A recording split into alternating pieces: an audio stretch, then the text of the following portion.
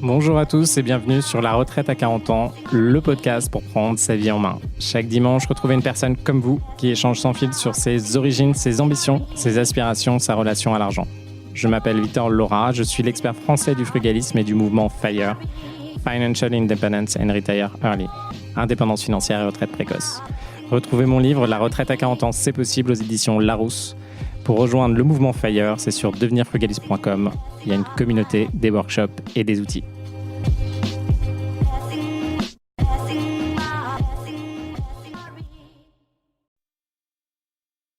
Bonjour à tous et bienvenue dans un nouvel épisode de La Retraite à 40 ans. Aujourd'hui, je suis avec Saïd. Salut Saïd.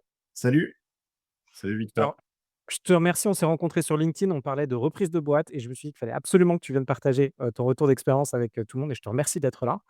Et on va commencer direct. Est-ce que tu peux te présenter en 3 phrases pour ceux qui nous écoutent? Alors en 3 phrases, j'ai commencé ma carrière dans la police nationale, où j'étais policier après un bac, général et ensuite j'ai ouvert ma première boîte en 2013, c'était une boîte de sécurité privée et donc papa d'une fille, 38 ans. J'habite dans le sud de la France, à Montpellier, à côté de Montpellier, dans un village et voilà donc repreneur toute ma vie. Quasiment jamais enfin, j'ai jamais été salarié, hein, à part la police nationale et voilà et je le fais en famille, donc avec mon frère et j'ai un autre frère qui est dans le même business mais voilà, c'est une vie que j'ai choisie, voilà, de liberté, sans contrainte. Ici, il y a des contraintes, mais elles sont autres que celles du salariat, quoi.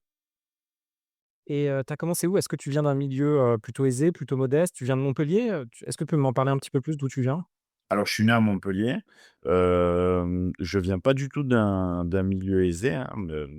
Mon père était carreleur mosaïste et ma mère, était, femme de ménage, elle a pas travaillé toute sa vie. Mais, non, non, je viens pas d'un milieu aisé, hein. On a été privilégiés dans le sens où on habitait dans un village, si je peux dire, à côté de Montpellier. Mais pas de réseau, pas de grandes écoles.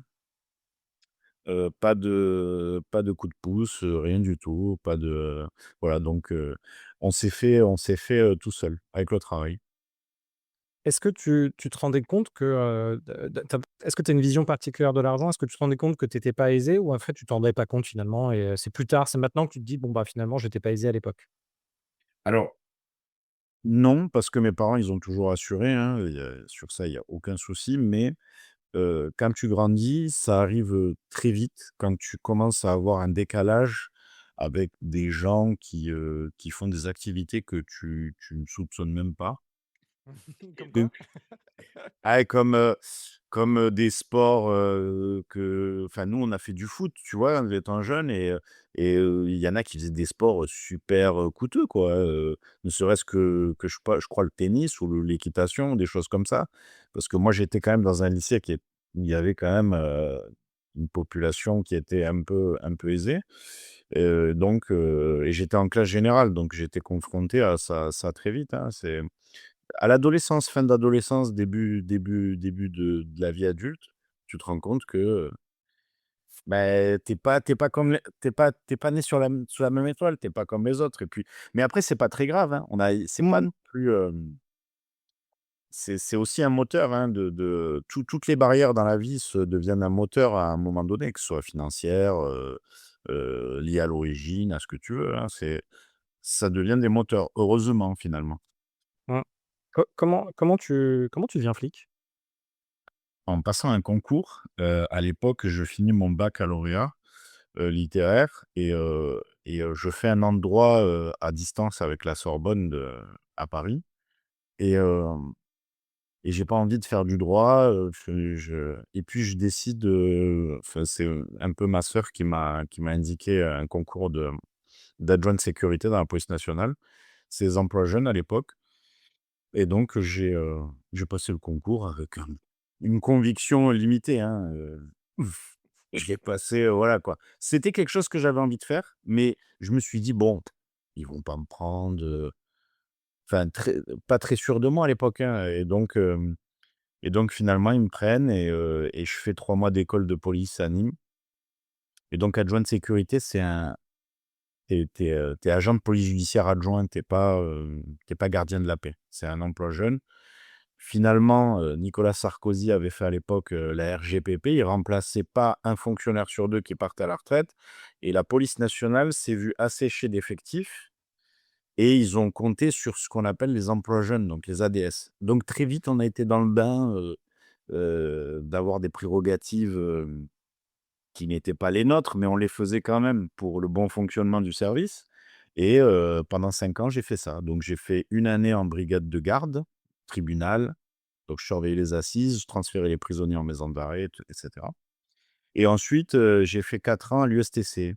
C'était une unité qui a été créée à l'époque, c'était la pré Georges Frêche, je ne sais pas si tu vois la figure, Georges Frêche, il avait mis un peu la pression au directeur départemental de la sécurité publique et le directeur départemental de la sécurité publique avait créé une petite unité pour intervenir dans les transports en commun, à l'époque, dans le tram et la ligne 15 du bus à Montpellier qui traversait, la ville de Montpellier. Donc j'ai fait ça pendant 4 ans. Voilà. Donc c'était tout ce qui était agression dans les transports en commun, les vols, les effets de bande et cetera. Est-ce que tu te sens puissant quand tu es flic? Non et tu te sens pas puissant, tu te sens alors, il y a quelque chose qui est sain, c'est le la représentation de l'ordre. Ça, c'est sain, souvent on dit que mais comme c'est confié à des hommes et qui des fois viennent de milieux différents ou qui ont des niveaux différents, c'est vrai qu'il peut y avoir des déviances dans le sens où tu reçois, un pouvoir légitime et tu vas le transformer, par rapport à ce que tu es toi. Tu te sens pas forcément puissant, mais en théorie, tu dois être puissant. Tu dois imposer l'ordre. Tu as quand même un uniforme sur la voie publique. Tu es la réponse, légitime de l'État, hein, parce que tu dois faire «régner l'ordre» entre guillemets. Alors dans un cadre, hein, il y a des cadres, judiciaires, il y a des cadres réglementaires, mais c'est un métier qui demande quand même, enfin, il faut aimer ce métier. Il faut pas y aller parce qu'on veut être fonctionnaire, en tout cas. Ça c'est ma conviction. On se sent pas forcément puissant, hein. On se fait insulter toute la journée, tu te fais prendre en vidéo, tu peux même te faire harceler à côté, hein. Il y avait des gens qui me reconnaissaient en civil, quand j'étais en famille et cetera. C'est un métier assez, moi je comprends la police quand ils ont certaines difficultés et j'accepte pas quand il y a certaines déviances aussi parce que dans les 2 cas, c'est 2 extrêmes qui peuvent pas cohabiter, en tout cas. C'est quoi le truc le plus hard que tu aies vu en tant que flic? Le truc qui t'a marqué? Tu dis: «C'est quand même dur». Un mec qui avait pris un poteau, plein fer dans la tête et quand on a retourné le cadavre avec l'OPJ, heu, c'était un truc désarticulé, quoi, donc c'est la seule chose qui m'a un peu, à l'époque, c'était un motard, hein. Mmh. Il est rentré chez lui et le truc, c'est le après, c'est la famille, donc tu reconstitues son histoire et cetera et là, tu le vois en photo, tu fais le parallèle avec quand tu l'as vu sur le bitume et donc ouais, c'est la chose qui m'a le plus marqué. Tu vois sur Montpellier, moi j'aime beaucoup Montpellier, hein, je fais d'ailleurs pas mal d'invest à Montpellier et j'ai eu un écho, il y a pas longtemps, on m'a dit: «Mais en fait Montpellier, Victor, ça craint un peu». Alors bon, toi tu vas avoir une vision je pense biaisée parce que tu as été flic donc à mon avis tu as dû voir plein de trucs. Mais pour moi Montpellier, je suis là: «Bah non, je trouve pas ça», tu sais en plus de Paris en ce moment c'est un peu chaud quand même. Tu vois Ouais. je sais pas, tu as quelle vision sur Montpellier? Non, Montpellier, c'est pas une ville chaude parce que si tu compares à Marseille, tu fais vite, sur des villes du sud, villes d'eau avec des ports enfin, à proximité de la mer et cetera. C'est non, il y a pas de enfin, il y a un sujet, sécurité à Montpellier, hein, mais là, tu vois, actuellement, on a un maire qui a fait un travail, des 5 dernières années qui est considérable. Il a Mmh. fait des recrutements massifs, dans la police municipale, il a créé une unité métropolitaine dans les transports, heu, il a créé, des tu sais, des, comment on appelle ça? Des brigades interbailleurs aussi, donc Mmh. pas pour faire l'éloge du forcément de mais en tout cas, ça s ils ont fait un sacré boulot, cette mairie-là qui est actuellement, cette majorité et ce que je veux te dire, c'est que ça ne craint pas plus qu'ailleurs. Tu prends Nîmes Mmh. à côté, tu Mmh. prends Béziers, heu, Nîmes, ça craint, quelque chose d'autre, hein. C'est vraiment, Mmh. voilà quoi, il y a du vrai trafic de stupes qui s'est installé dans les cités, ça flingue à tout va, heu et après non, le centre-ville de Montpellier, il est pas plus, en insécurité qu'ailleurs et je dirais même plus qu'il est même un peu plus sécure que certaines villes. À quel moment tu as shifté? À quel moment tu as quitté, la police pour, du coup, tu as repris une première boîte ou tu en as créé une? Non, j'ai créé une boîte en Ouais. 2013 et alors j'ai pas créé de façon anodine. J'avais déjà un frère qui était dans la sécurité et qui m'a dit, «Crée ta boîte, si tu sais pas quoi faire, si tu veux changer de métier, si» parce que la police nationale, j'arrive à un moment où ça me dégoûte enfin ça me dégoûte. Le fonctionnement me dégoûte. Le j'ai fait quelques années sous Sarkozy et j'ai fait un an sous Hollande et à chaque fois donc, tu étais tributaire de la politique en place et cetera, sans compter, tu avais pas de matériel, tu étais toujours, ta ta ta version à toi, elle était toujours, incriminable et incriminée, on va dire et donc je discute avec mon frère, je décide de monter cette boîte en sachant qu'il me dit: «Ouvre ta boîte, je te donnerai du boulot en sous-traitance». C'est ce qui a fait le déclic. C'est-à-dire que s'il y avait pas eu ça, je sais pas si j'aurais ouvert ma boîte. Mmh. Concrètement, je sais pas si donc si je peux donner un conseil à certaines personnes, assurez-vous du marché, assurez-vous Mmh. d'avoir des clients. Assurez-vous d'avoir du boulot avant de vous lancer, même si c'est nettoyer des chiottes, même si c'est, Mmh. assurez-vous qu'il y ait, de l'argent qui rentre. Tu as combien de frères et sœurs, du coup? On est, j'ai 2 sœurs et 3 frères. On est 4 garçons et 2 filles. Donc là, donc d'un côté, il y a ta sœur qui t'a parlé des études et de l'autre côté, il y a un frère avec qui tu es associé aujourd'hui dans la sécurité, c'est ça? Alors il y a une sœur qui m'avait parlé du concours de la police, hein, Ouais. c'était, elle m'avait dit: «Ouais, il y a des concours qui se font là, en tant qu'adjoint de sécurité». Et oui, mon autre frère qui m'avait parlé de la sécurité privée à l'époque, mais pour ouvrir ma boîte. Je connaissais le secteur, hein, je me projetais plus en tant qu'agent de sécurité, mais chemin faisant, mon frère m'a dit: «Voilà, ouvre ta boîte et je te sous-traiterai du boulot». Et du coup, aujourd'hui, sur, tout ce qui est, sécurité, donc là, tu as une vingtaine de personnes qui bossent pour toi, si j'ai bien Ouais, compris. ouais. Et ça, c'est ta boîte d'origine que tu as développée ou c'est plutôt une boîte que tu as De rachetée? 2013 à 2018, je fais de la sécurité privée. J'ai des cycles, tous les 5 ans. Je m'engage vraiment dans des trucs, tu vois? Et puis en 2018, j'ai une opportunité où je peux récupérer un bar-restaurant à côté de Montpellier, à Lattes. Voilà. Et donc je le récupère, c'est au moment où il y a les gilets jaunes et cetera et et hem et je cède la boîte de sécurité. OK. Je Tu cède peux la dire à peu près combien tu faisais de résultats et combien tu l'as vendu, pour un ordre d'idée? Ou je sais pas comment ça se vend? On faisait 1 et quelques d'euros de chiffre, on faisait un résultat alors il faut savoir que la sécurité privée actuellement, elle est en pleine mutation. Et c'est un métier où il y a, des marges, très faibles. Mmh. Il faut faire du volume pour avoir, de quoi couvrir, les frais et cetera. Donc, c'est un secteur d'activité où tu vas marger entre, allez 4-5. Mmh. Si tu as de la chance, si tu vends bien, si tu as des clients corrects. En résultat, on n'avait pas un gros résultat, on était aux alentours de 40 000-50 000 €. Et retraité, parce que je présume que peut-être que quand tu l'as revendu, peut-être que tu avais une voiture sur la boîte ou quelque chose comme ça ou pas du tout? C'était carrément, non, non, le vrai résultat? Pas du tout. Vrai résultat, 40-50 000. Ouais. OK. Et tu as réussi à, c'est pas indiscret, ça se revend combien une boîte de sécurité? Ça se revend pas cher Mmh. parce que, une boîte de sécurité, je vais t'expliquer un peu le fonctionnement. Alors le marché, il y a du boulot, hein, il y a du travail. Si tu as Mmh. une vraie stratégie, tu peux aller vite, fort et rapidement. Mais voilà, il faut faire des appels d'offres. Il faut répondre à beaucoup d'appels d'offres pour espérer en avoir, moi j'ai un ratio de 4%, c'est-à-dire 1/25. Je OK. réponds à 25 appels d'offres, en général j'en décroche un ou 2, tu vois?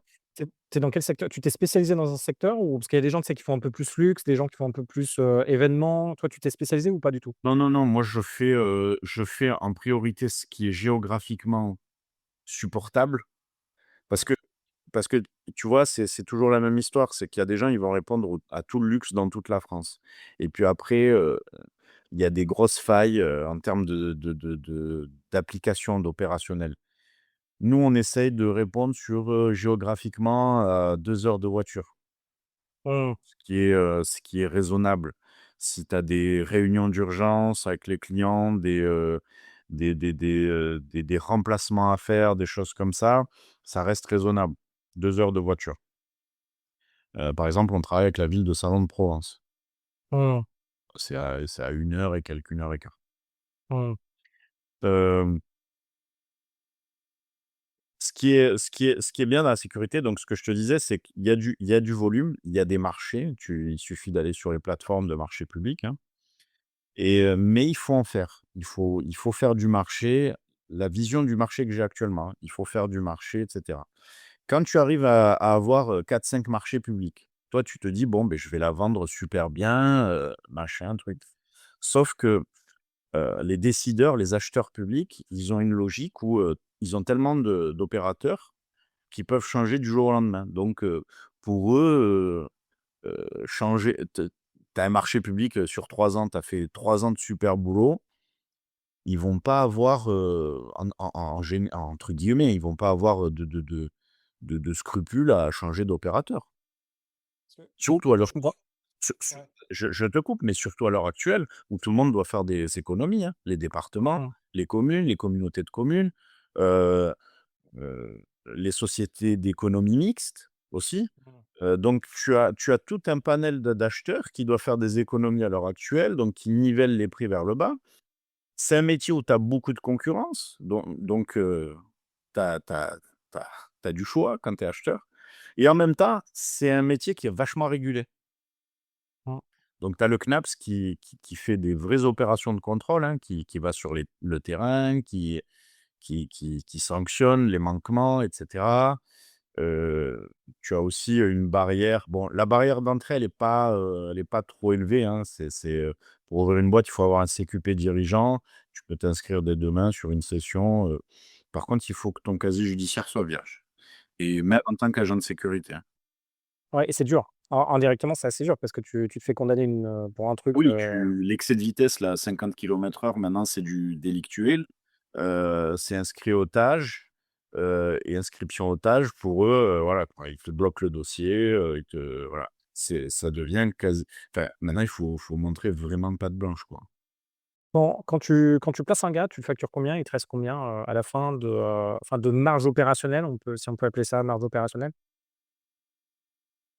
Ça dépend du volume, ça dépend des clients.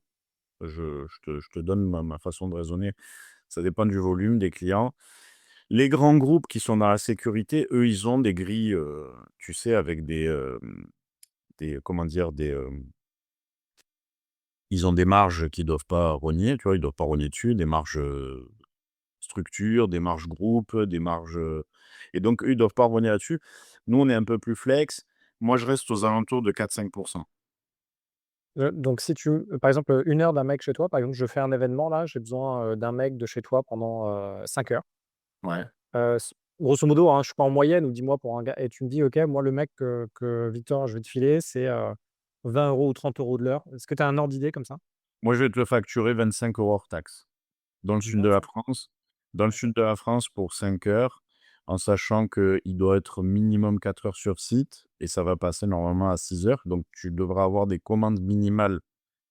Normalement, tu dois avoir des commandes minimales de 4 heures et ça passera normalement à 6 heures, donc on ne pourra pas aller en dessous et moi, je te le facturais, 25 € avec le marché actuel à Montpellier. Ouais On et serait à Paris, ça serait ouais, un sans autre doute. ordre de grandeur, peut-être, vers les Alpes et cetera, c'est peut-être d'autres ordres de grandeur. Marseille, ça va être en dessous, je pense, très en dessous. OK. Montpellier, ouais, Montpellier et puis ça dépend du client, encore une fois, ça dépend des Mmh. missions, ça dépend de plein de choses. Parce que je présume que tu as des, en fonction de, tu vois, par exemple, moi je suis LVMH, je fais un défilé à Montpellier, tu vas pas m'envoyer le même mec que, si moi j'ai une boîte de nuit, tu fais boîte de nuit aussi, hein, c'est ça? Ou pas forcément? Non, actuellement, je ne fais pas de boîte de nuit. C'est vraiment un milieu, spécifique, c'est très dur de faire comprendre alors il y a des clients qui comprennent pas encore ce que c'est que la sécurité privée. Eux, ils appellent ça Mmh, encore vigile. Heu, mmh, je sais pas si tu es au fait, mais par exemple, une tenue d'agent de sécurité, elle a totalement changé. Aujourd'hui, il faut qu'il mmh, ait son numéro, son NUB sur la tenue. Il faut qu'il y ait marqué sécurité privée et pas que sécurité. mmh, Donc c'est un milieu qui se régule de plus en plus et je te dis, avoir une boîte de sécurité et tenir à jour la documentation, mmh, c'est costaud. En plus, nous, on est en train de faire passer à la boîte l'ISO 9001, management de la mmh, qualité. mmh, On se rajoute une strate de documents et on va dire de tenue de publication de documents, documentation et cetera. Donc pour justifier qu'on fait de la qualité. Mais mmh, déjà, la réglementation CNAPS sur les boîtes de sécu, elle est en train de se resserrer, elle commence à devenir costaud. Tu as de plus en plus d'interactions avec le CNAPS, donc tu es pas mal vu, hein. Une boîte qui dure dans le temps, c'est pas forcément une boîte, à 2 francs 6 sous, hein. mmh. C'est un vrai acteur, hein. Ouais, je pense qu'effectivement alors moi du coup je suis en train de négocier une boîte de formation en sécurité. Du coup, je vois un peu mieux ce secteur-là, mais c'est vrai que quand on est dans l'extérieur, c'est un peu comme aussi le ménage industriel. En fait, on se rend pas compte des complexités. Tu sais, d'habitude, on se dit: «Bon, une boîte de sécurité, Ouais. tu mets un mec et cetera», alors qu'en fait, non, non, là, aujourd'hui, attention, c'est pas du tout ça. J'ai une question pour toi. C'est une grosse boîte people quand même ce que tu as et ça, c'est pas forcément facile à gérer. Tu as quand même 20 mecs à gérer, tu as peut-être plus de gens à gérer finalement parce que tu dois avoir des Ouais. personnes en admin et tout. Tu ne fais que ça. Tu ne fais que ça. C'est-à-dire que toute la journée, tu gères des interactions et puis c'est le cœur de métier. Si tu sais pas gérer ton personnel, ben, ne dis pas: «Je mets du personnel». Il y a des mecs qui mettent des agents de sécurité sur des sites et puis, pour eux, l'agent de sécurité, c'est un moyen. Non, c'est le cœur du métier. C'est pas un outil de travail, hein, l'agent de sécurité, c'est le cœur du métier. Il y a une partie RSE qu'il faut intégrer de facto. Il faut s'intéresser à leur vie, où est-ce qu'ils habitent et cetera, comment ils vivent. C'est pas, c'est ça que je reproche à certaines personnes et qui polluent le secteur, hein, moi je le dis clairement. C'est qu'ils ils sont que sur l'aspect financier, donc je donne plus à l'agent et cetera. Ce qui fait que tu as des gens qui et puis des moyens de paiement et cetera qui sont des fois un peu douteux. Mais c'est pour ça que des fois tu as des mecs, ils refusent de bosser, quoi. Ils refusent de bosser clairement parce que, toi tu appliques la grille conventionnelle, tu essayes de faire des efforts. C'est compliqué l'opérationnel. Dans la sécurité privée, c'est très compliqué, très Et compliqué. c'était quoi ton plus gros problème là, avec un salarié chez toi? Qu'est-ce que le goût de truc où tu t'es dit, tu un clash, un problème avec un client, ça te fait marrer là, je pense que tu as pensé à un truc. Ah oui, parce que y enfin, tu je la dernière en date, la plus surprenante qui est dans mon top 3 et qui a détrôné pas mal d'autres, bon après c'est anecdotique, mais c'est un agent qui a pas voulu aller bosser parce alors pour pas aller bosser, il a simulé un décès dans sa famille. Mmh. Voilà. Donc il est créatif, hein, parce qu'il est allé super loin, il m'a déniché une histoire, à dormir debout et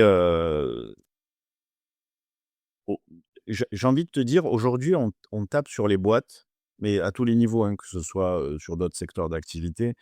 On leur met de la contrainte, on les réglemente, on les sert de plus en plus. Donc en fait, on sert la personne qui a l'envie de créer. En réalité, hein, c'est ce qu'on fait, hein. Mmh.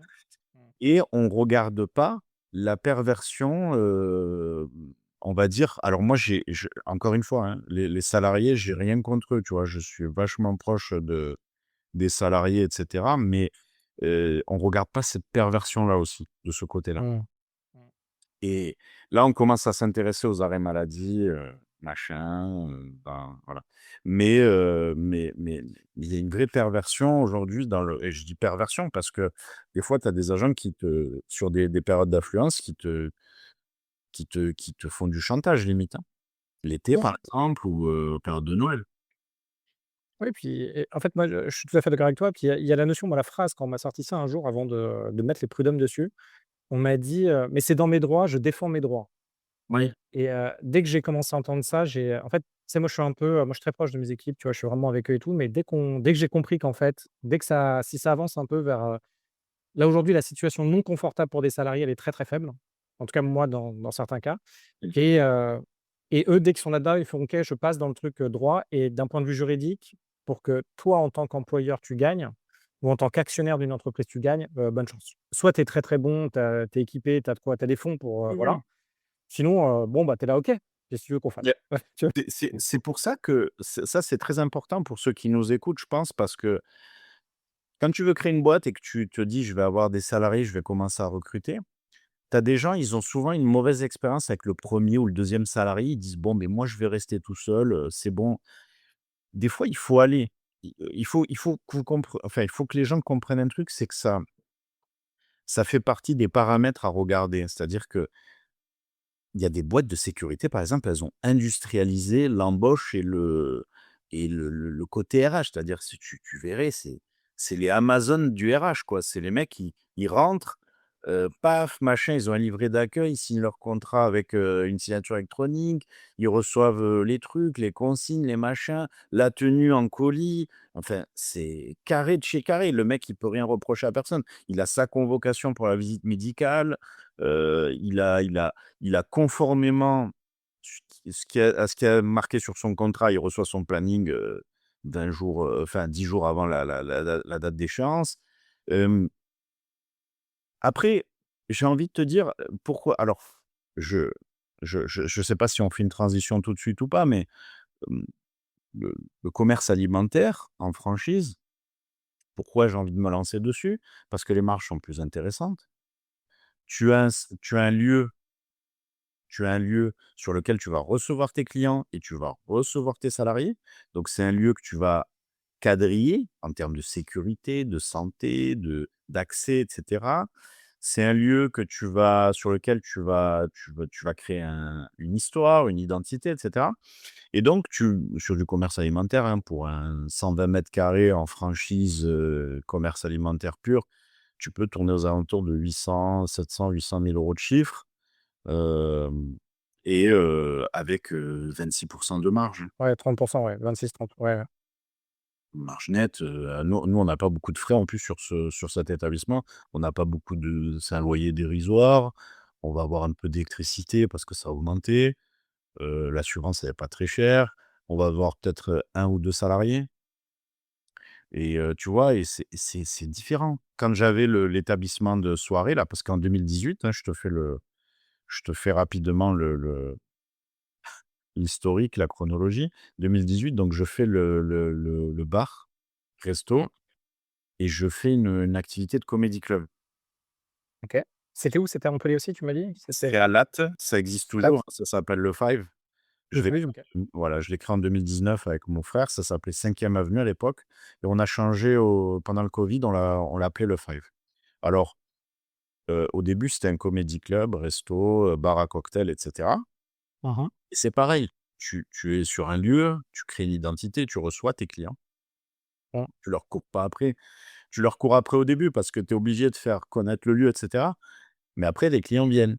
Donc tu es chez toi, c'est comme si tu recevais des invités tous les soirs et que tu faisais, du direct, des spectacles, et cetera. Et le business, tu l'appréhendes d'une autre manière. Ça veut dire que tu as pas de délai de paiement client, donc tu encaisses tout de suite.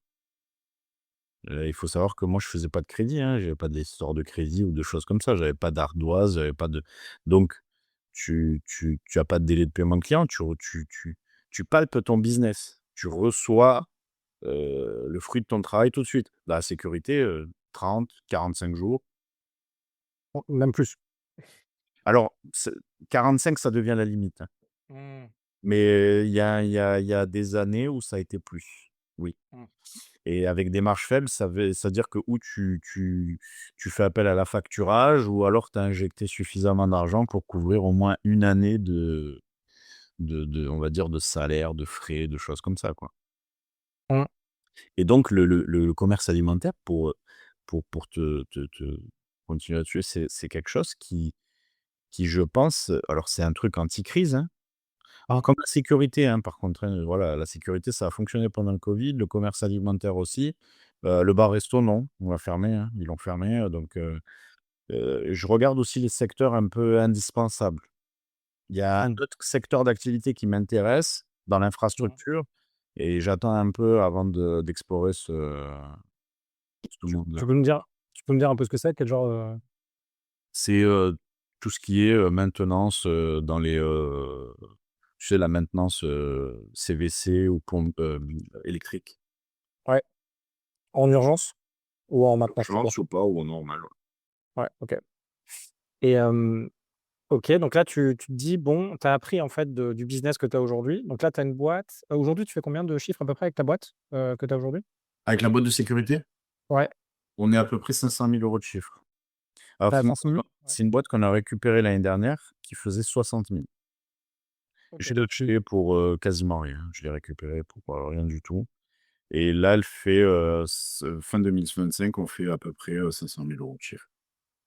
et là, tu veux continuer et toi, dedans, tu fais quoi du coup? Parce que tu es avec ton frère, c'est ça? Associé avec ton frère à celle-ci? Ouais, alors on est associés sur la holding, donc on OK. possède des parts de la holding qui possède la boîte de sécurité et moi je suis gérant, c'est moi qui ai l'agrément dirigeant et cetera. Mon frère a, la possibilité d'avoir l'agrément dirigeant mais, il est, plus, axé holding et il va opérer, sur le commerce alimentaire aussi. Donc il m'aide sur l'opérationnel, exclusivement sur l'opérationnel. La stratégie, heu la mise en place de le suivi et cetera, la mise en place par exemple de l'ISO et la réponse aux appels d'offres, c'est moi. OK. Donc mais au quotidien, il fait quoi ton frère du coup au quotidien? Quotidien dans le business de la sécurité? De l'opérationnel exclusivement et voilà, il gère les urgences, les problèmes, les relations avec les salariés et cetera, beaucoup plus ça, voilà. On est transversal, hein, mais si on doit faire il est plus sur ce côté-là. Donc toi, tu vas chercher la thune et tu structures la boîte pour qu'elle devienne c'est quoi votre objectif avec cette boîte de sécurité? Tu veux l'emmener où? Il y a la Ensemble. partie réseau aussi, j'ai oublié, mais il y a la partie réseau, donc il y a 2-3 réseaux dans lesquels je suis à Montpellier et qui me prennent pas mal de temps. Donc ça aussi, c'est ce qui fait, ça peut ramener un peu de business, mais ça fait aussi connaître la boîte et cetera. Ça te fait connaître en tant que dirigeant, surtout si tu es dans une logique de reprise d'entreprise, d'expansion et cetera. Voilà, parce que c'est ce que quand on s'est appelé, très, très rapidement avant de lancer le podcast, tu me dis: «Bah, en ce moment, il y a pas de d'un point de vue business, donc il y a pas de gala et cetera, mais aussi d'un point de vue là aujourd'hui, business, tu es dans quel réseau? Qu'est-ce qui marche le mieux? Et comment on fait justement pour, parce que tu sais, il y a beaucoup de gens qui savent pas faire de réseau finalement. Ils vont dans des trucs un peu business, mais ça leur rapporte rien. Toi, comment tu sais que tu as du ROI? Ouais. Alors moi, je leur conseillerais alors, les trucs là, où tu vas pour picoler, manger et tout, exclusivement et faire la fête, tu vas créer du lien avec certains chefs d'entreprise, mais les gens qui font pas de réseau, qui savent pas faire du réseau, ils savent pas où est-ce qu'ils vont au début. C'est-à-dire, ils savent pas qu'est-ce qu'ils vont faire. Est-ce que tu vas créer du lien pour et à la fin te faire connaître sur un territoire et que les gens quand ils pensent, sécu ou ménage ou je sais pas, ils pensent à toi?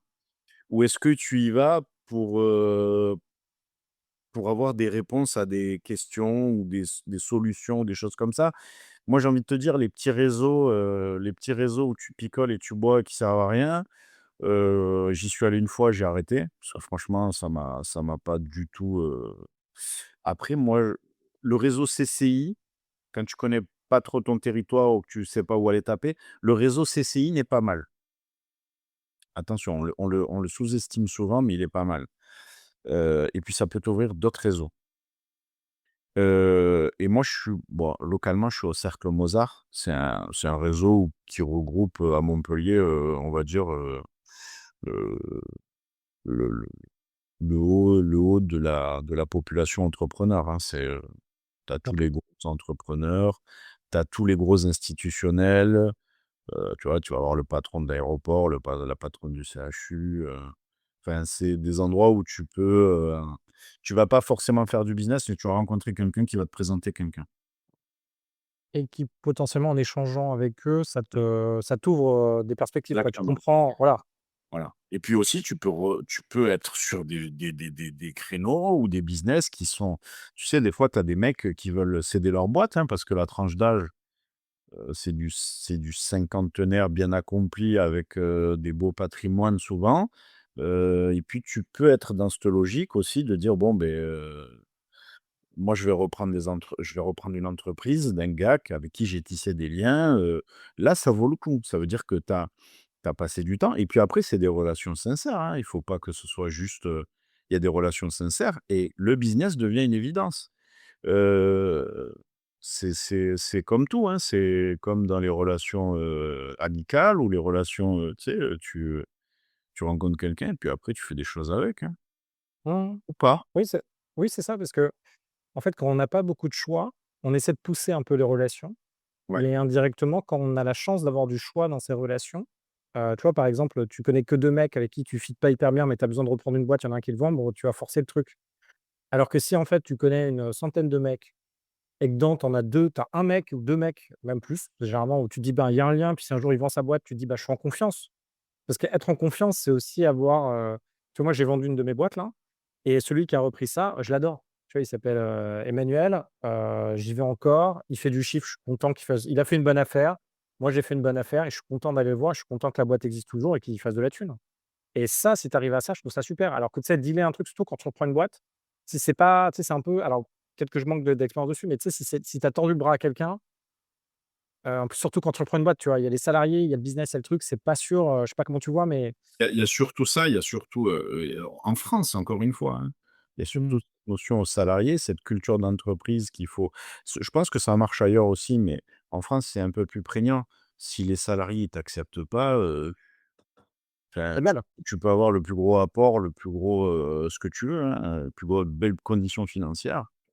Je sais pas si ça va matcher, hein. Et puis si tu pas entrepreneur dans l'âme aussi, il faut se le dire. Il y a des mecs qui veulent récupérer des boîtes juste pour récupérer des boîtes.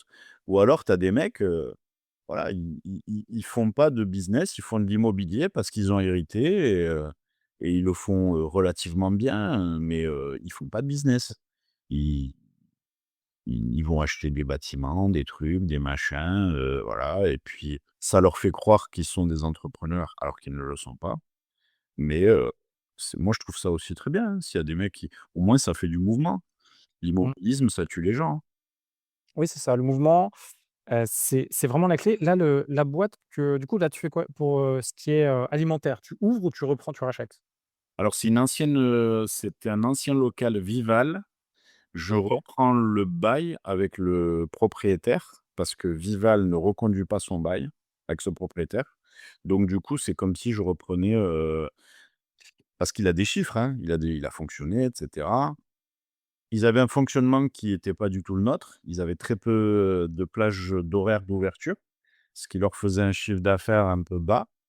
Nous, on est sur du 8 heures, 20 heures, 7 jours sur 7, donc déjà, on n'est pas sur les mêmes ordres de grandeur, mais Mmh. on reprend une affaire à zéro, quoi.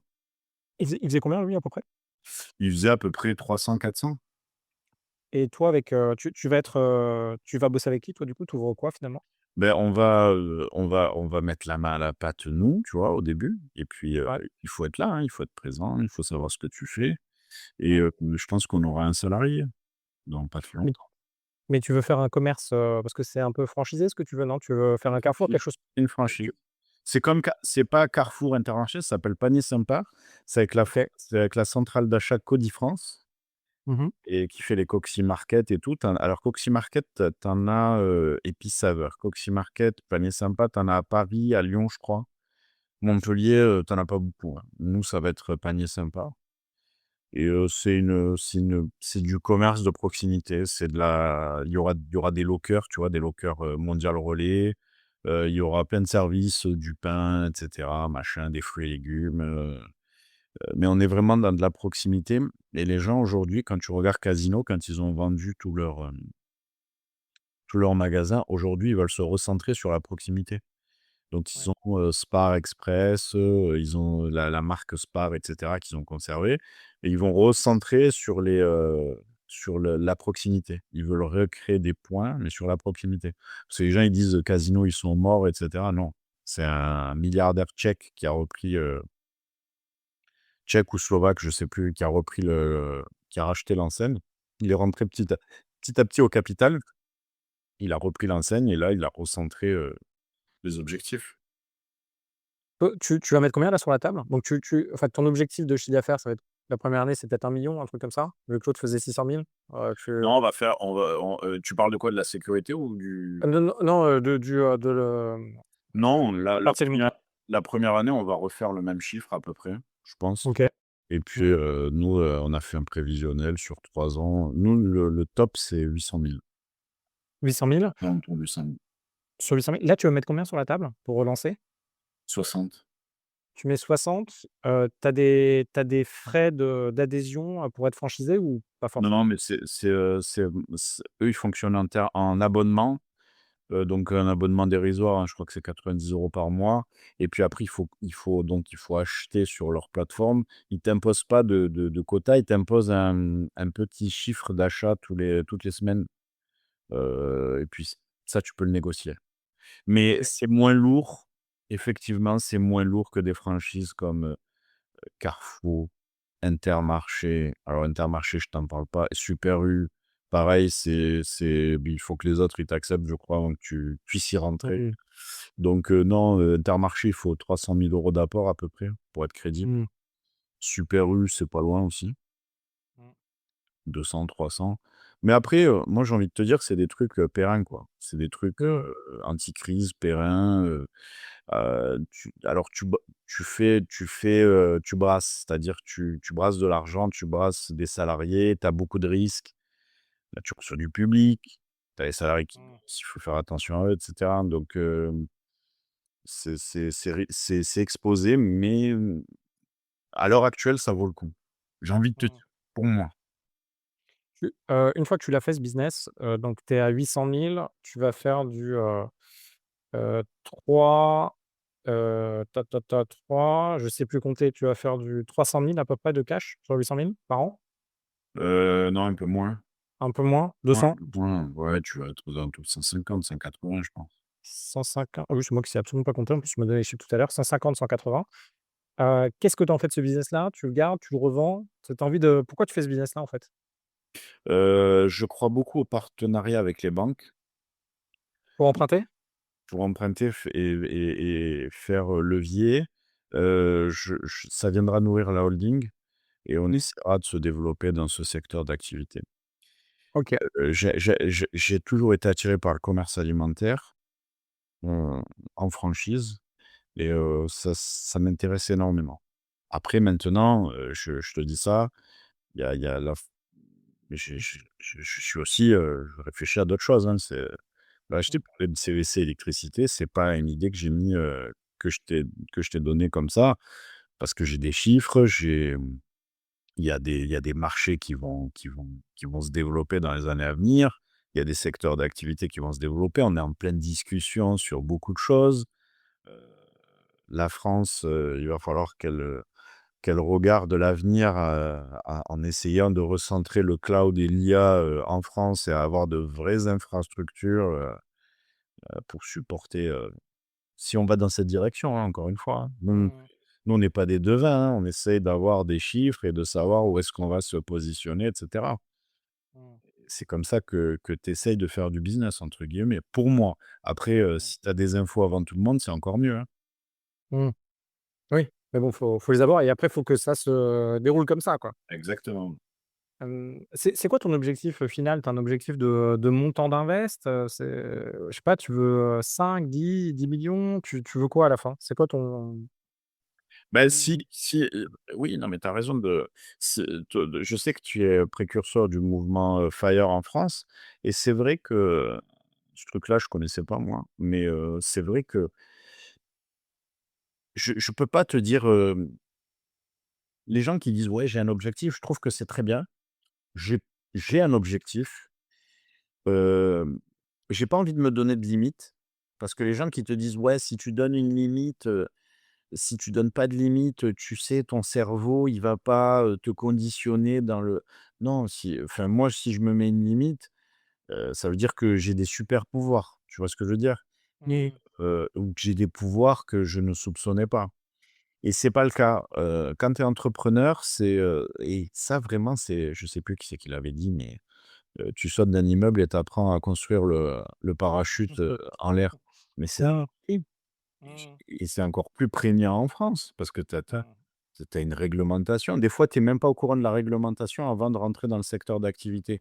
Quand j'avais le Ouais. bar-restaurant, je suis devenu un expert sur tout ce qui est, déclaration, préalable, permis de construire, autorisation de travaux, avec les délais, je sais ce que plus ou moins, un service, d'urbanisme va accepter ou pas ou, tu vois? Je sais ce que c'est que maintenant les bureaux de contrôle, je sais ce que c'est qu'une commission de sécurité, mais je le savais pas tout ça.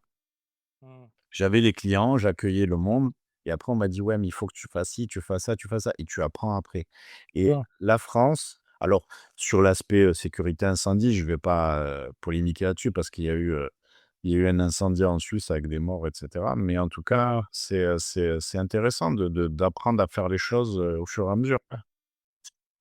Est-ce que, du coup, l'objectif, donc tu te fixes pas de limite, mais est-ce que tu as c'est quoi ta ton du coup, ton prochain palier, c'est quoi? C'est un palier de bah, là, c'est la nouvelle boîte que tu reprends, ça, c'est un palier pour toi, c'est ça? Ouais. C'est un OK. magasin, c'est un palier, c'est un nouveau secteur d'activité, c'est pas mal. Ça ça demande du temps, ça demande, de comprendre ce qui se passe dans ce secteur d'activité et c'est un truc, comme je t'ai dit encore une fois, c'est un truc anti-crise. Mmh. C'est demain, il y a le covid, il y a même une guerre, je crois, tu es obligé de ravitailler les gens, quoi. Mmh. Est-ce que, hem, est-ce que, par exemple enfin, moi, ce que je me demande, hem, là, tu vas faire ça, tu te lances là-dedans. Ouais, en fait, moi, la grosse question que j'ai pour toi, c'est pourquoi tu restes en France? Pourquoi tu bouges pas? Parce qu'un mec comme toi, tu produis de la richesse. Beh, parce que tu es en France, quoi, tu as grandi Ouais. alors c'est ça aussi les gens, il faut qu'ils comprennent un truc, hein, c'est que et les gens, ils sont là, ils te disent: «Ouais, pourquoi tu restes en France? Il y a des impôts et cetera». Oui, oui, mais tu as grandi en France, tu es né en France, c'est compliqué de partir du jour au lendemain et de dire: «Ouais, je veux partir». Moi, je trouve ça très incroyable, les gens qui partent aux États-Unis, là. Tu sais, à Mmh.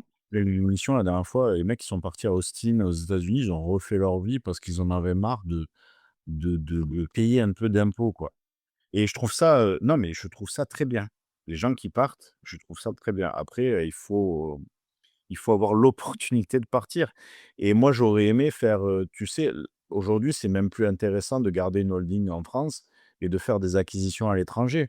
Tu vas te faire imposer en France et il y aura un décalage. Il va y avoir un décalage entre ce que tu fais à l'étranger, les tu tu vas te dégoûter tout seul. Mais après, il faut avoir un super sens, je sais même pas si ça existe, ce sens du patriotisme, de se faire,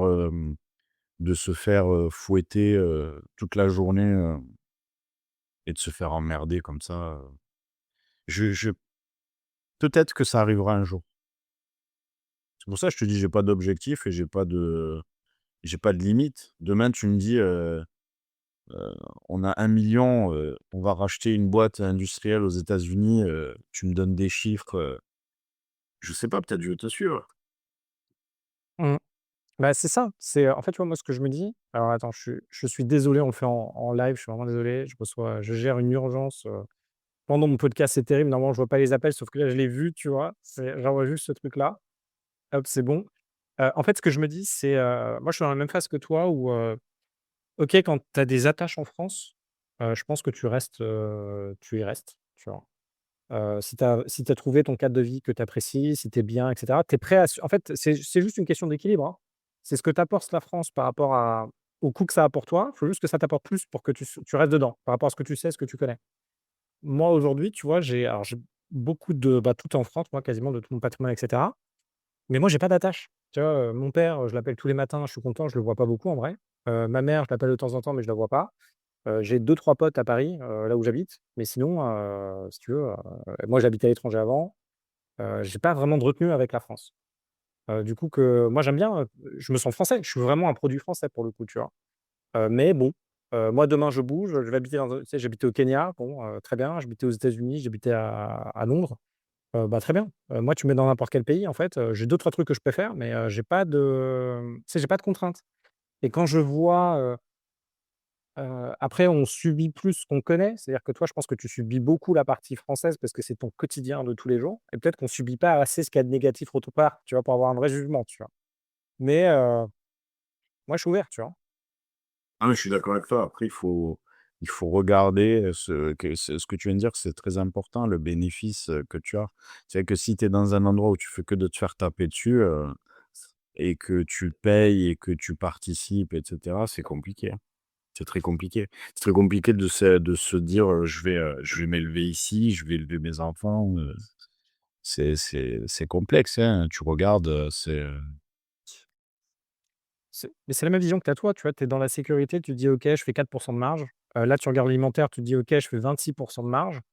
Bien sûr que, si ça te coûte de l'énergie quand même de changer de secteur. Mais bon, tu te dis: «Ouais, si je fais 1 million sur l'alimentaire, bah, merde, j'ai 26 de marge au lieu de faire 1 million avec 4 de marge». Quand tu regardes les pays, c'est pareil. Tu te dis: «Attends, là, je vais bosser sur un projet, je vais en avoir pour 3 à 6 ans». Je fais le même projet, je sais pas, là, en ce moment, je suis à Dubaï. Je fais le même projet à Dubaï, au lieu de me faire 1 million en 3 ans, je vais réussir à faire 5 millions en 3 ans et j'ai pas d'impôts ou 10 j'ai quasiment rien et en plus, j'ai des gens et là, tu te dis en fait, c'est ça qu'on comprend pas, je pense, c'est les gens ont, tu sais, ils ont des arguments en France en disant: «Ouais, mais la France t'a tout donné» et cetera et cetera. Je pense que ce qu'ils voient pas, c'est que nous, de toute façon, on est fait pour encaisser, tu vois? On est fait pour faire des trucs à encaisser et en fait, il y a un moment, on va juste se dire: «Attends, là, je suis à tel endroit, ma vie, je vais atteindre tel objectif en souffrant et si je souffre la même difficulté, je vais faire x10». Bah, à un moment, bêtement, oui, oui, bien sûr, ouais, bien sûr. bouge, quoi. Tu pars parce qu'à un moment donné, ça devient mais au-delà de la fiscalité, hein, moi la TVA et l'IS et cetera, c'est pas le problème en France. C'est plus les Mmh. choses, URSSAF qui deviennent délirantes. Mmh. On n'y comprend rien quand tu leur demandes, tu sais, de te détailler les trucs, ils te disent rien. Déjà pour les avoir, c'est compliqué et puis ça change d'un mois à l'autre. Mais non, c'est toutes les contraintes que tu as après là, tu sais? Enfin, Mmh. tu veux faire un permis de construire, tu vas acheter un truc, tu as 20 réglementations. Tu Tu en as pour 4 mois. Tu en as pour 4 Oui, à 6 mois. ouais, 4 à Bah, 6 c'est mois, ouais. parce que tu as quand même tu as de la problématique, mais tu as le temps. Moi, ce qui me tue, c'est le temps. Tu sais, moi, je pense que toi, tu es pareil, on vit pas dans la même vélocité que les gens. Non, non, non, non. Et oui, effectivement. C'est pour ça que je t'ai dit au début du podcast, je t'ai dit que, quand tu as un business physique où tu reçois tes clients, tu palpes, tu sais ce que tu as gagné pour ta journée de travail, on va dire entre guillemets «le chiffre d'affaires», ça c'est une récompense visuelle, mais c'est pas ta récompense réelle, mais au moins tu sais ce que tu rentres et quand tu as un business comme la sécurité, bah, c'est très ingrat. Tu gères des problèmes toute la journée, tu Mmh. as des gens qui te cassent les pieds toute la journée et puis tu encaisses au bout de 30 ou 45 jours avec, Mmh. souvent tu as déjà sorti des salaires que tu n'avais pas forcément, tu vois? Donc, Mmh. et ça tu le couples avec, toute l'ambiance générale et toutes les contraintes que tu as, ben ça commence à devenir, oui, la France, elle est dans un là, on est dans une impasse pour moi parce que tu as une dette abyssale, tu tu puises encore sur les mêmes personnes, donc les gens qui entreprennent, qui bossent, qui machin. Tu produis pas de richesse, enfin, tu pas de richesse, tu pas de terres rares, tu pas de et je me dis: «Où c'est qu'on va, quoi?» On est encore en train de payer du fonctionnement. La dette, elle sert à payer du fonctionnement. C'est-à-dire, Mmh. de la retraite, des et puis il y a des gens qui te disent: «Non, mais c'est normal, il faut payer des» oui, oui, je suis d'accord, mais il faut aussi réfléchir à comment ces dépenses de fonctionnement, on peut essayer de les diminuer un peu ou de faire effet de levier avec de l'argent qu'on récolte chez des gens. Parce que jusqu'à présent, rien nous interdit de faire un fonds, d'État souverain qui va investir sur des marchés financiers et qui va faire des bébés et qui va venir, payer ce fonctionnement. Et puis après, Mmh. tu as toutes les problématiques dans les régions, les communautés de communes où il y a des strates de tu as des mecs et tu des mecs, ils sont à la tête de métropole ou de mairie, ils peuvent, engager des milliards. Mmh. Des Ils milliards! savent pas. Ouais, ils savent même pas, ils ont jamais géré de côté. C'est de la dépense, quoi, donc des Mmh. milliards, quoi, tu vois? Et puis des fois, tu te poses la question, tu te dis: «Waouh, toi, tu es entrepreneur, tu es en bas de l'échelle limite sociale, le salarié, il est mieux loti que toi» Mmh. et tu te poses la question. Je suis marocain d'origine. Tu vas au Maroc, heu, l'entrepreneur, c'est quelqu'un. Mmh. Il a un vrai statut social, quoi, hein, tu vois? Il est respecté, il est c'est quelque chose, quoi et en France, j'ai l'impression que on demande aux entreprises de tout faire, hein, de faire collecteur d'impôts, de faire, de calculer maintenant, il faut faire des avances, des machins, enfin, on fait tout, hein, une entreprise fait tout. Elle crée de la richesse, elle collecte l'impôt, elle crée de l'emploi, tu vois? Elle fait de Mmh. la RSE, elle fait des dons, elle fait tout, hein, une entreprise. Mais à la fin, est-ce qu'elle gagne de l'argent? Je sais pas, hein. Ouais, puis il y a pas de respect. Tu vois, moi, je déteste le terme respect, en fait. Tu sais, c'est pour moi, de ma génération, respect, c'est un gros truc de racaille. Tu sais, c'est genre, pas de respect, respect, alors que pas du tout, en fait. Pour moi, le sens, c'est, tu vois, moi, l'État m'a arrêté 2 de mes boîtes. J'ai perdu 600 000 € à cause de ça et rien à faire. Tu sais, j'étais dans le truc, bureaucratique. J'ai gagné, j'ai attaqué l'État, j'ai gagné. Après, il a fallu que je le réattaque pour gagner 1 million de dommages et intérêts, mais on m'a dit: «Écoute, Victor, ils vont te mettre un contrôle fiscal et ils vont récupérer le million, donc ça sert à rien que tu le fasses». Et quand, tu vois, quand j'ai vu ça, je me suis dit: «Attends, de toute façon, tu peux pas gagner contre l'État» et je me suis dit: «Bon, on est dans un jeu où, on me demande de faire de plus en plus de trucs», comme ce que tu as dit. En fait, on n'a jamais eu autant d'obligations et ça continue à augmenter. On nous parle de simplification, mais en fait, ça devient plus compliqué. Je sais pas comment ils émergent, tu vois? Et à un moment, je me dis: «Mais c'est quoi le» tu sais, tu t oui, tu sais, on te renvoie le fait que tu es entrepreneur, tu vois? C'est comme nous, tu vois? En fait, Oui, en tant qu'entrepreneur en que tu as France, on choisi paye ta vie. tu as choisi ta vie, mais on paye enfin, c'est moi, le truc qui m'a choqué quand tu deviens entrepreneur, c'est on t'enlève quasiment alors tu as des astuces, mais on t'enlève tes sécurités Ouais. et par contre, on te cont tu continues à payer. Ça, j'ai pas compris, tu vois? On t'enlève toute la sécurité d'être salarié. Tu continues à payer, pas autant, mais bon, grosso modo pareil Ouais. et à la fin, on te dit, «Bah, tu es entrepreneur, toi qui l'as choisi, tu te démerdes» et là, je me dis: «Mais merde, il y a un problème», tu vois? Ouais, ça et tu vois, actuellement, on passe à côté de ce débat-là. C'est-à-dire qu'un entrepreneur, et les gens, ils le savent pas, des fois, ils croient que, ouais, si tu te verses autant de salaire, c'est que tu gagnes bien. Non, c'est que j'ai jugé que je devais me verser ce salaire-là, par rapport au travail que je fais et que j'ai des frais à couvrir, moi aussi. Et les gens, ils trouvent ça normal. Il y a un sondage qui a tombé il y a pas longtemps, là, je l'ai vu sur LCI. 50 des entrepreneurs français, tout confondu, hein. 50, 1 sur 2 ne se verse pas de salaire et les gens, ils trouvent ça normal. Donc c'est dit à la télé, les gens, ils trouvent ça normal, c'est dans le débat, les mecs, ils en parlent, «Ouais, beh, c'est bon». Mais comment il fait le mec pour vivre? Après, les gens, ils te posent la question: «Comment vous faites pour vivre alors si vous ne versez pas de salaire?» «Beh, tu vis sur la boîte, tu te verses des indemnités kilométriques, tu essayes de tu te verses peut-être des dividendes à la fin de l'année un peu, tu fais un mix». Mais les gens, ils arrivent pas à le comprendre ça. Mais c'est après, pour pouvoir l'expliquer aux gens, c'est compliqué parce que, d'un côté, on a un État qui est devenu complètement, déli Incontrôlable. ouais, incontrôlable et de l'autre côté, tu as des gens qui comprennent pas ce que tu fais, quoi. Bah, si tu veux, c'est, tu vois, dans ma famille, j'ai 3 sœurs et on a 2 qui ont entrepris, donc elles comprennent à peu près ce que je fais. Il y en a une qui a jamais entrepris et j'ai des problèmes de communication avec elle et ma mère m'a dit: «Mais Victor, il faut que tu expliques ce que tu fais. Explique ce que tu fais à pour qu'on comprenne et cetera» et en fait, je ne sais pas comment expliquer ce que je fais à des gens qui s'y intéressent pas, tu vois? Parce que dès que tu deviens entrepreneur, tu vois, par exemple, je vais dire: «Bon, combien tu te rémunères? Tu gagnes combien?» Tu vois? Si je te pose ne serait-ce que la question, bah, c'est: «Tu gagnes combien?» Je pense que pour toi, ça va être hyper dur de répondre. Parce que, tu sais pas ce que ça veut dire. Est-ce que c'est l'argent, que tu laisses dans tes boîtes pour pouvoir faire des prochains investissements? Est-ce que c'est combien tu te verses? Est-ce que c'est, machin? C'est impossible en fait de répondre et on utilise ça contre les entrepreneurs parce que on n'est pas clair, parce qu'on peut pas être clair. On peut pas simplement dire: «J'ai 5 000 € par mois». Bah non, tu vois? C'est pas comme ça que ça marche. C'est, en fait, j'ai, 40 000 € par mois, mais je dois en laisser, 20 000 dans la boîte. T'as des gens qui comprenaient pas comment le chômage pouvait être rémunéré pendant les 2 premières années, en Mmh. étant entrepreneur. Et ça, c'est pareil ça, tu vois? L'État qui veut pas réformer ça, il donne de l'argent à des mecs qui entreprennent, qui créent déjà de la richesse, hein. Mais je préfère leur donner leur chômage. Enfin, c'est bien parce que ça t'aide à te lancer, mais pourquoi on fait pas un autre truc où tu laisses le gars se verser un salaire et tu l'assassines pas d'entrée? Et la logique, elle est là tout le temps, tu vois? Elle est là tout le temps. Je pense que si tu vas aux États-Unis ou que tu vas n'importe où, ou tu vas en Asie, tu leur dis: «Vous savez, l'État, il vous laisse 2 ans de chômage, pendant que vous faites votre business». Je pense qu'ils ne comprendraient pas. Ou ça serait un truc, pas très compréhensible pour eux.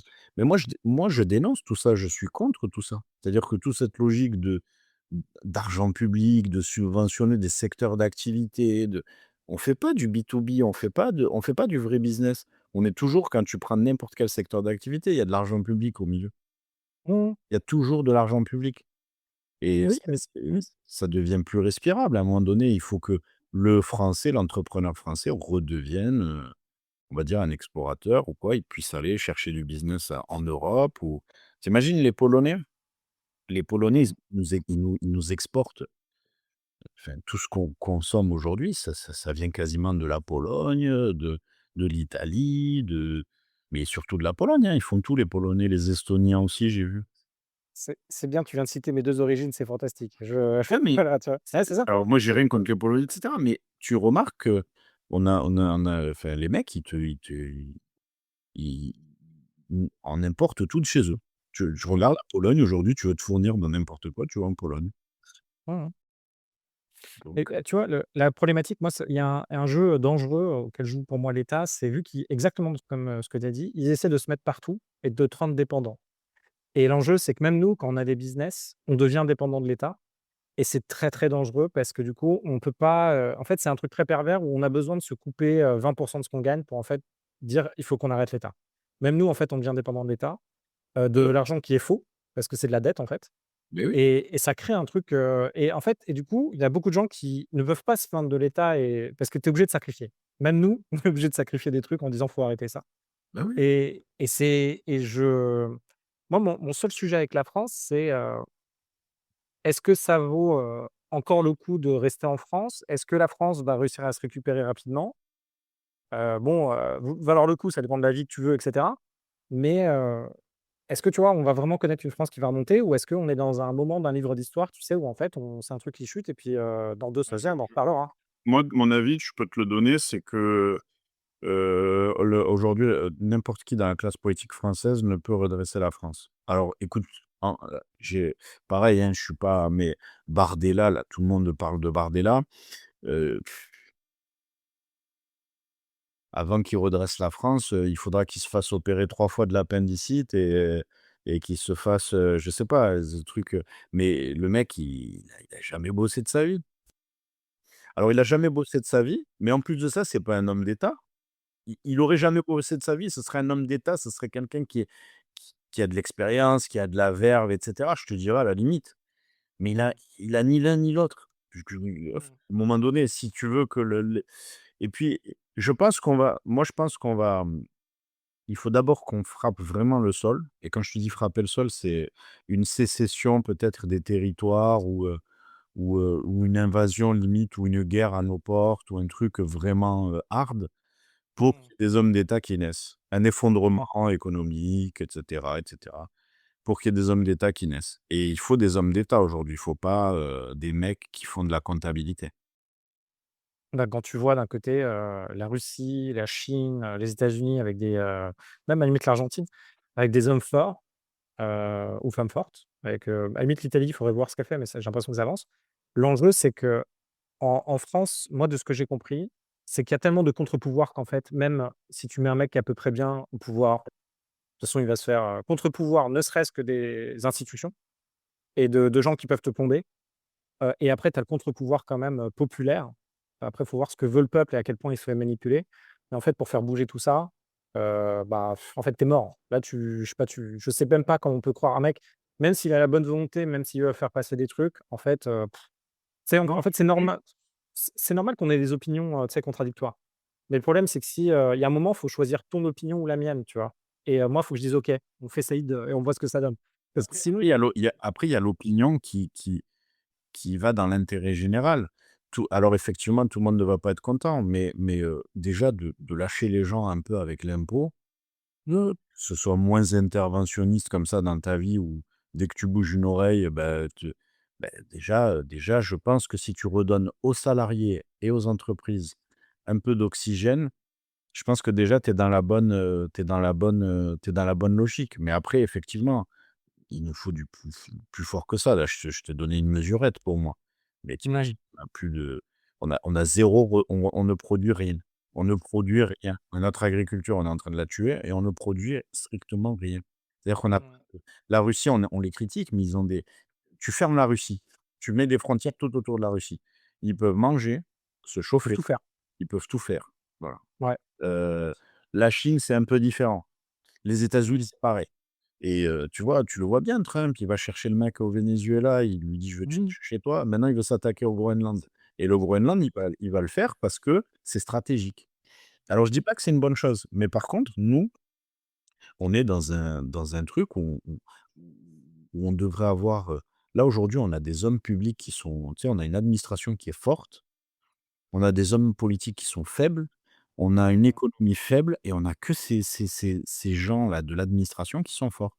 Tu prends un directeur des services, de l'administration fiscale, c'est un mmh, demi-dieu, quoi. Le mec, il a pouvoir de vie et de mort sur tout le monde, il est tu vois? mmh, Et c'est plus possible, quoi. Ça moi, pour moi, mmh, c'est des systèmes, ça, qui ne sont plus possibles. Il faut rendre un peu les clés au peuple, il faut que ce soit des systèmes un peu plus ouverts et cetera. Faut arrêter, quoi. Le mec, l'administration fiscale, tu sais pas ce qui se passe et cetera. Tout est secret, le mec, il prend 300 000 par an et c'est un dieu, quoi. Je te dis, c'est mmh, un demi-dieu, quoi. Il a plus de pouvoir peut-être qu'un juge d'instruction ou que le président de la République. mmh. Et puis la machine, on l'a quand même bien construite, hein, c'est ça le c'est ça le problème. La machine impôt en France, elle est très, très bien construite. Donc si eux, ils commencent à déconner, ben, nous, on le subit, de plein fouet. C'est i Exactement. en fait, alors que dans d'autres pays, quand c'est pas vraiment construit, tu sais, ils essaient de mettre des trucs en place, mais bon, tu peux toujours te démerder. Mais en France, c'est foutu. Là, aujourd'hui, tu veux déconner, tu gagnes pas et tu vas te faire choper, quoi. Et les mecs peuvent vraiment et en fait, on se rend pas compte de ça. Bah, Peut ouais. tu veux déconner, tu gagnes pas. Tu veux faire les choses sérieusement, tu gagnes pas. Dans les Mmh, 2 cas, tu es asphyxié. Dans les 2 mmh, cas, tu es on va dire, c'est compliqué, quoi. Parce que le mec, qui fait tout carré. Mais vraiment, vraiment, vraiment, hein. Il oublie rien. Et je parle pas forcément de fisc ou d'URSSAF. Là, franchement, ça devient compliqué de frauder, hein, vraiment, hein. mmh. Et le mec qui fait tout carré, bah, il est rattrapé par le mec qui fait pas tout carré. Nous, dans la sécurité, tu as combien d'acteurs qui font n'importe quoi toute la journée? Mmh, Ils sont là, ils remontent des boîtes et cetera, tu en as plein. mmh, Mais mmh, et puis tu as ce système-là, quoi, hein. Tu as ce truc qui est entretenu, où, tu vois, où, on fait pas de numerus clausus dans certains secteurs d'activité. On est dans un mixte, en fait. On a réglementé, mais on laisse un peu la bride. On lâche la bride un peu et puis, après on revient taper dessus et puis, tu vois? C'est on est vraiment dans un système qui est oppressant pour un entrepreneur, encore une fois. mmh. Et franchement, il faut que ou ça change rapidement ou alors, ça va devenir très compliqué, hein. Là, ils ont un delta de 10 milliards d'euros de TVA. Ils sont en train d'accuser Temu ou Shein ou, enfin, qu'est-ce que j'ai Amélie de Montchalin, la ministre de l'économie, elle a dit: «C'est Temu ou Shein, c'est ou la fraude ou alors les gens ont consommé un peu moins». Non, mais ils se rendent pas compte, Voilà. Donc c'est ils se pas en rendent pas compte. train de dégoûter les gens, ils sont en train de se casser du pays, Mmh, tu vas avoir, peut-être la locomotive qui va ralentir, puisque dès que ça ralentit le bâtiment, par exemple, le bâtiment, mmh, ils l'ont massacré et tu mmh, peux bâtir maintenant, avec des technologies écologiques et cetera. Enfin, il y a plein de trucs qui se fait. Pourquoi on est en train de tuer plein de gens comme ça d'un coup? Et en plus, on s'en fout, hein. On est là, on mmh. ils s'en foutent, ils et voilà, bon, la teneur actuelle début d'année 2026, elle est compliquée. Il y a pas tellement de vision. Si les gens doivent, pour moi, ouvrir dans un truc ou créer un business ou des trucs essentiels, Mmh. voilà, des trucs essentiels. Bon, il y aura un peu de concurrence, mais des trucs un peu essentiels, qui fonctionnent.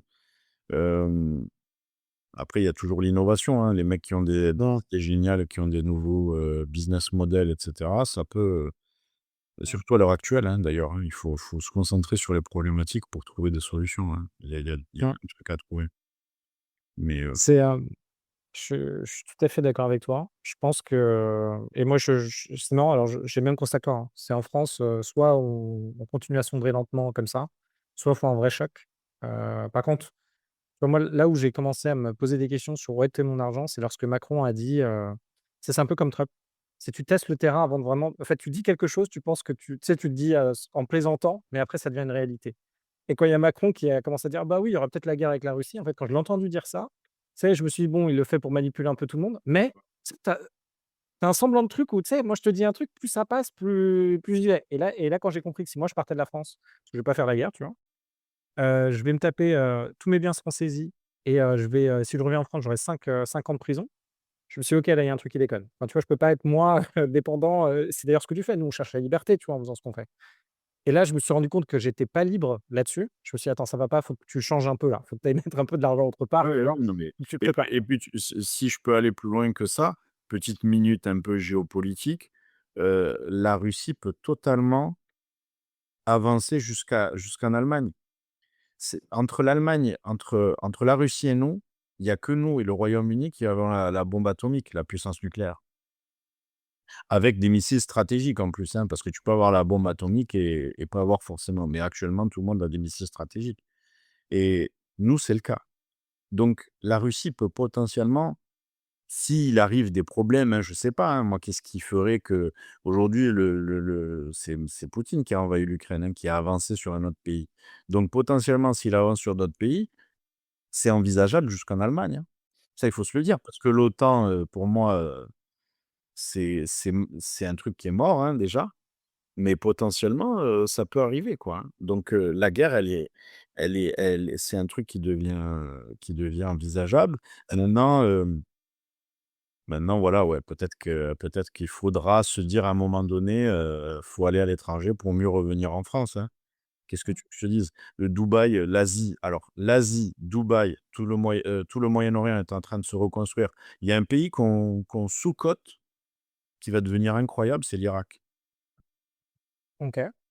Tu pas parler de l'Irak et cetera? Non. Il y a des Non. grues de partout, ça reconstruit. Il y a une instabilité politique, mais tu verras que l'Arabie Saoudite, là, cette année, va ouvrir, le Ouais, j'ai vu, ouais. tu sais, le marché de l'immobilier aux étrangers. Ouais, bah, c'est justement, je suis dessus. En fait, moi, je suis sur plusieurs trucs. Je suis sur quand tu as des guerres et des crises, je veux y aller. Donc là, je vais aller au Venezuela, tu vois? J'essaie juste de me dire, tu vois, il faut que j'ai un return qui soit assez conséquent par rapport à ce que je fais. C'est-à-dire là, par exemple, toi, tu sais reprendre des boîtes en France, tu sais avancer, donc tu sais quelle va être ta rentabilité. Grosso modo, tu auras plein de problèmes, tu vois? Mais tu sais avancer.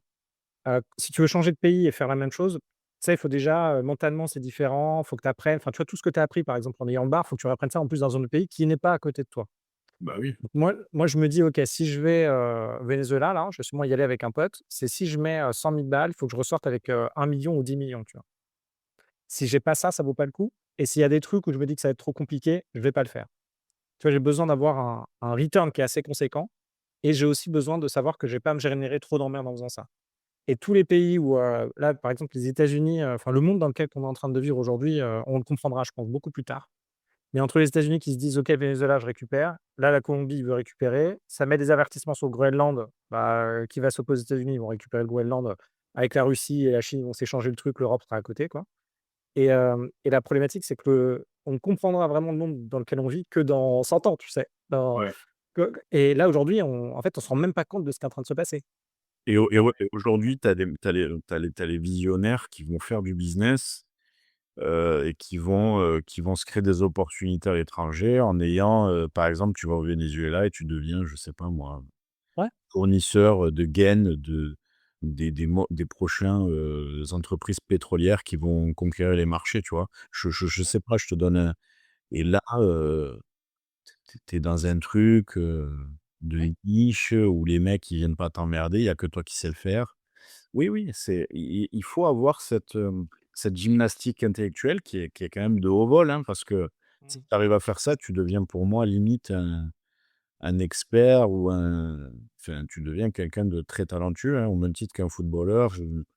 Il faut le faire, quoi, hein. Tu vas dans un pays Oui. de guerre, c'est vrai que toi, tu veux bénéficier de l'incompréhension générale et c'est vrai que des fois, ça peut être une opportunité, une vraie aubaine. Mmh. Là, il faut savoir le faire.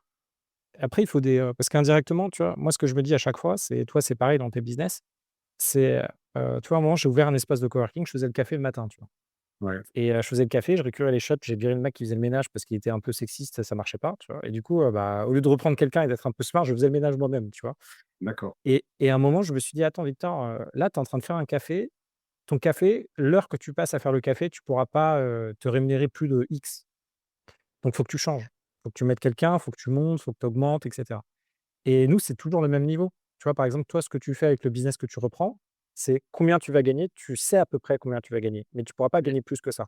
Oui, l'opérationnel, tu auras toujours un plafond de verre parce que tu es limité dans le temps et dans l'espace. Maintenant Mais après même toi, avec le oui. projet, tu sais? Ah Tu oui, sais que ton projet te rapporte ça et du coup, après, c'est de te dire: «OK, comment, si tu veux plus, en tout cas, faut changer de niveau, quoi». ouais, exactement. Il faut faire du levier et essayer d'ouvrir d'autres centres de profit et c'est ça le but, du commerce alimentaire actuellement. C'est vraiment le but, général.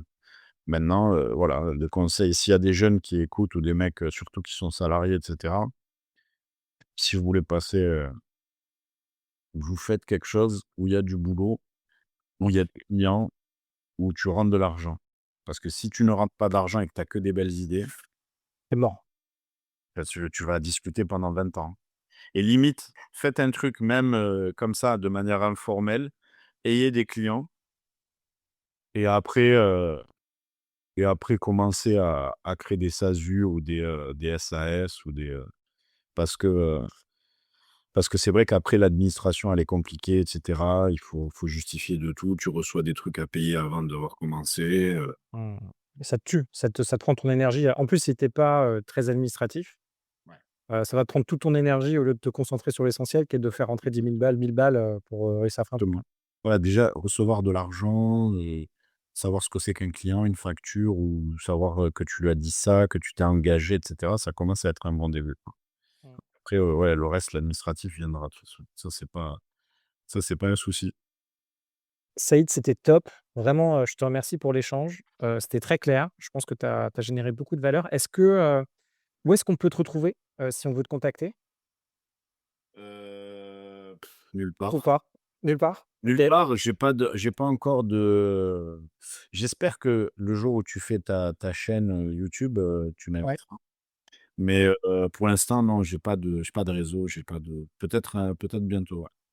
Très bientôt, tu veux pas donner sur LinkedIn, pour qu'ils te contactent, non? Pas Ah, forcément LinkedIn, ou Ayani Saïd, ouais. Ayani Saïd. ça s'écrit comment? H-A-2-Y-A-N-I et plus loin Saïd.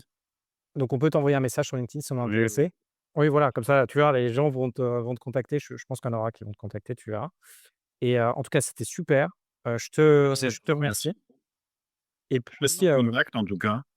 bah, avec grand plaisir et je te dis à très vite, surtout que moi j'ai des équipes à Montpellier. Du coup, je masse assez souvent à Montpellier, donc au plaisir qu'on se voit. Merci Pas de beaucoup. souci. Merci à toi. Merci, bonne journée. Ciao. Bonne journée.